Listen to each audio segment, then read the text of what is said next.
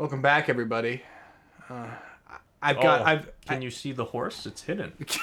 Where is it? I've- You messed it up, Aggro! I just gotta say, I'm very sad to report that in Shadow Colossus on the map, there is no Memphis, Tennessee. I know I made a promise last episode that we would find the Bass Pro Shop in Memphis, Tennessee, but there is no Memphis, Tennessee in Shadow of Colossus. I'm sorry to report. There's no giant glass pyramid. That I don't know. You're right, the Louvre might also be here. There's two big glass pyramids in the world.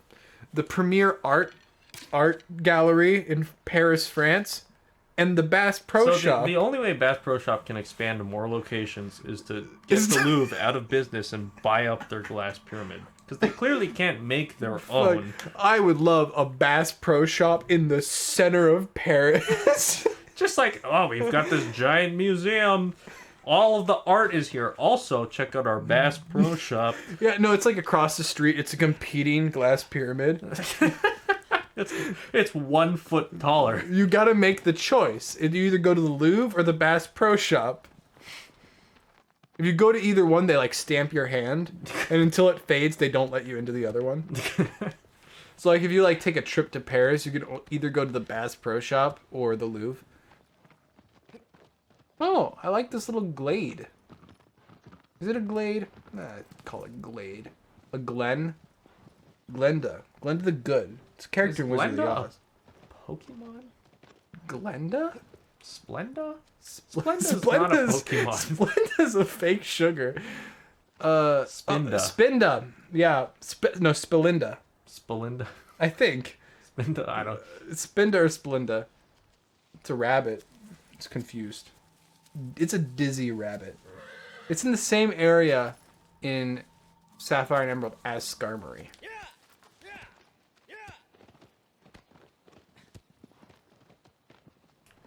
I do like Skarmory. What? What is this? What's your favorite Hoenn starter? Oh, and 3rd gen starter? Yeah. I picked Mudkip as a kid. I have this habit of, as a kid, I always pick the water type, but now I always pick the fire type. Because Blaziken's like all attack, no defense, and if you, on his Mega Evolution, he gets really fast. So if you speed him up enough, like, I would, sometimes for fun, I would do this thing where I would, like, somehow debilitate the other Pokemon, make it so they can't switch, put Blaziken in, and then just have him speed up for like 10 turns. And then do like some power-ups, and then just one-shot all 6 of their Pokemon. Because, you know, they're like AI and they can't handle it. Yeah. But, Mudkip, it's cute, you know, and then Marshtomp is just like a tank. Yeah. I picked Mudkip too. But like, for most of the games, like Pokemon games growing up, I picked the fire starter. Like, I picked a Chimchar and Tepig and Fennekin. But then in Sun and Moon I picked the emo owl, which I really liked. And now I lean towards the grass starters. I just like them. They're funny. Form over function. Yeah. I think like 2 of them are turtles. I think we have to go back in a round. God damn it. 2 of them are turtles, right? There's like...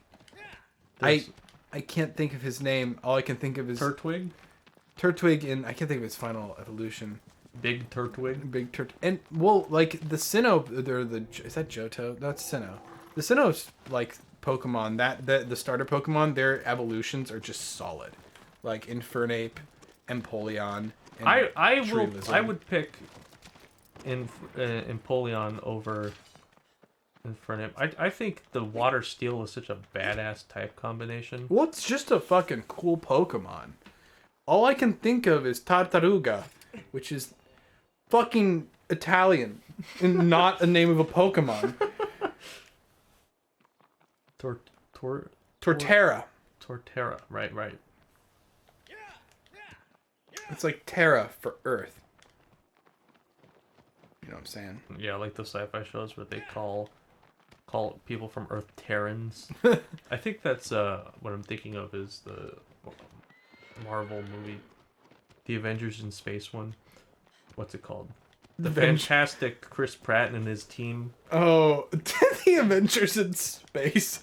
What is it? Guardians of Guardians the Galaxy. of the Galaxy, yeah. Usurpers of the Universe.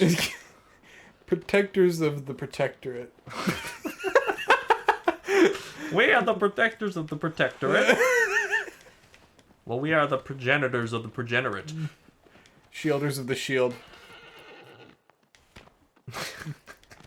Creators of the Creation. Creators of the Creation. I think I could fall into that category for one thing or two.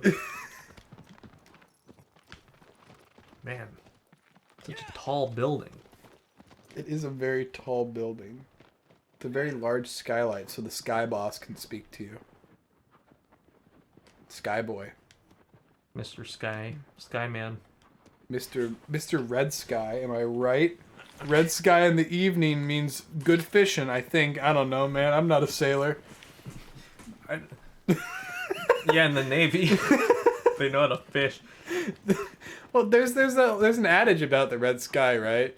What is it? Red sky in the evening means smooth sailing. Smooth sailing. Are you sure it's not like a home decorator?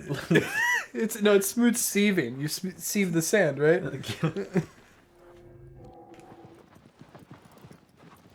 I do think it's interesting that you have to be in certain spots to use the.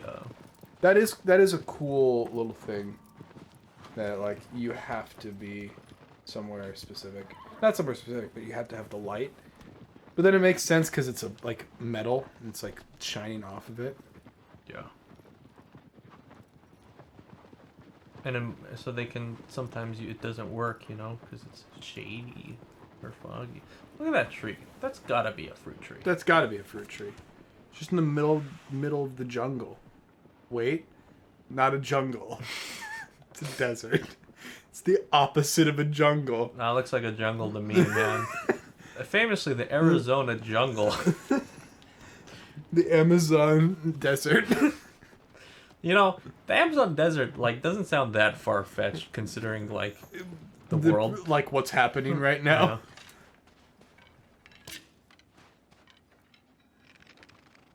Yeah. Hey, these nuts are. They look like I made a promise and I'll follow through. They look like cashew apples. Actually, these really look like. Oh no, they look like mangoes. They look like the fruit in Metal Gear Solid 3. No, but they're like giant yellow cherries at the same. They look like bell peppers. And that is a noticeable increase in health, though. That's nice. Yes. Any more? Oh, there's one.